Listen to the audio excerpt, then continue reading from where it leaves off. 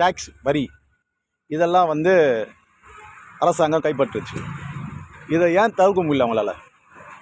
ஏன் இது வந்து இது வரைக்கும் அதை பற்றி எந்த குறியீடும் எதுவும் சொல்லலை.